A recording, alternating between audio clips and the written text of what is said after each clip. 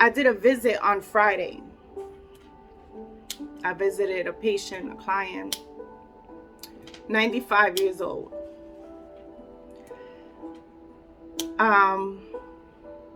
When I went to do this visit,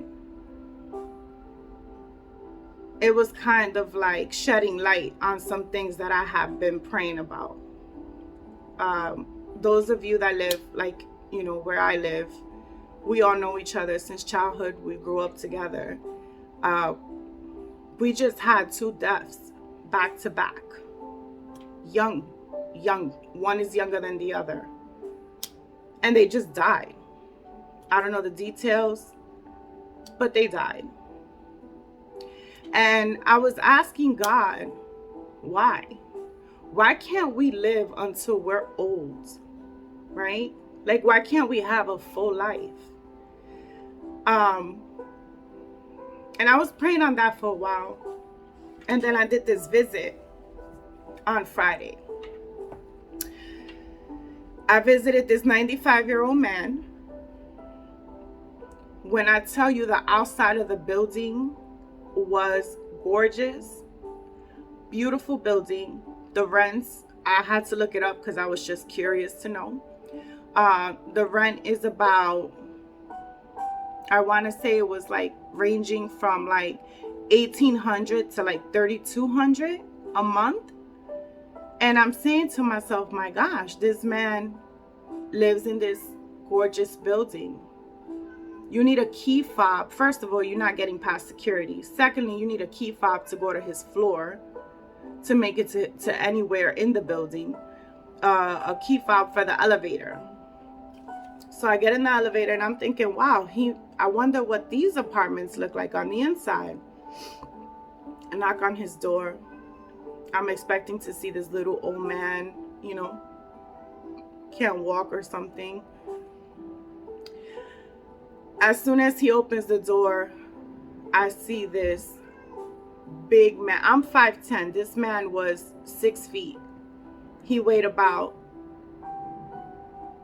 probably over 250 pounds, I think it was. I can't remember. And he opens the door for me, and I'm like, wow, okay, he's not as fragile as I thought. I go inside.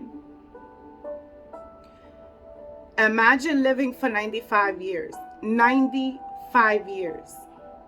Okay? There is a pungent odor. One that I cannot describe. One that went straight through my mask. It was a bit harsh to take in, but I had to sit there for 3 hours on a visit with him. And I was so heartbroken to see that this man, 95 years old, nobody's there to care for him. Nobody's there to help him. He just got approved for Medicaid coverage. Okay? His house did not match the outside of that building. Sometimes we don't even know what's going on the inside of people's homes. Okay? The living conditions were terrible. You would think that a man who possibly has all of his money into a trust account is well off. Don't let it fool you. At 95, this man is not able to care for himself. At 95, he's not able to bathe. Not sure that he's able to even hold his urine at that. Cannot cook. Cannot clean. Terrible, terrible conditions, and has no family.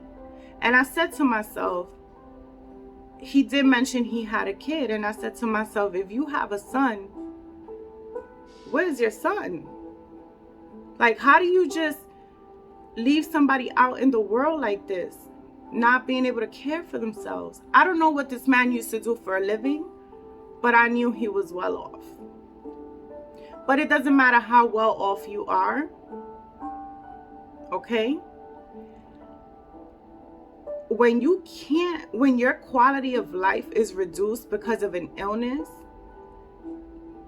there's nothing you can do to stop that, and there's nothing you can do to change that. And that was that man. Eating out of cans, pork and bean cans, eating bacon that I looked at just sitting on the table, and I couldn't even believe that he was eating what he was eating.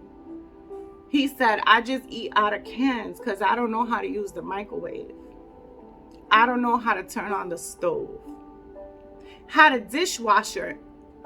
His apartment was equipped with a dishwasher. He didn't know how to use it. Now, don't get me wrong. This man, mentally, he was sane. He knew what he was talking about. He knew his shit. But at the end of the day, he is 95 years old. And he is not able to care for himself. He has to rely on someone else to care for him. And those services cannot come fast enough. So long story short, we're able-bodied for the moment until we're no longer able. And then we become disabled. Tomorrow's not going to be waiting for us. There are people that did not wake up today.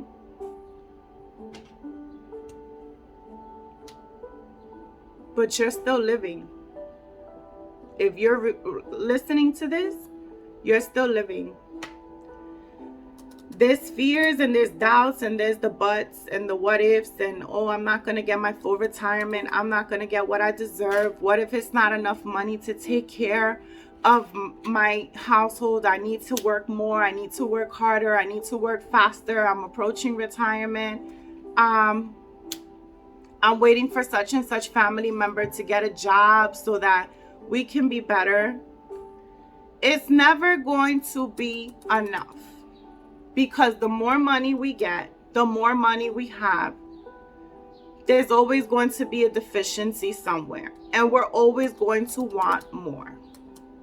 You cannot wait for somebody to get their shit together for you to enjoy yours.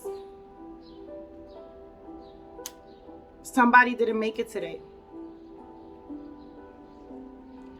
Time doesn't wait on anybody. Tomorrow's not promised, okay? Whatever is scheduled to happen tomorrow, it's gonna happen whether you're ready or you're not. So my message to you is to take advantage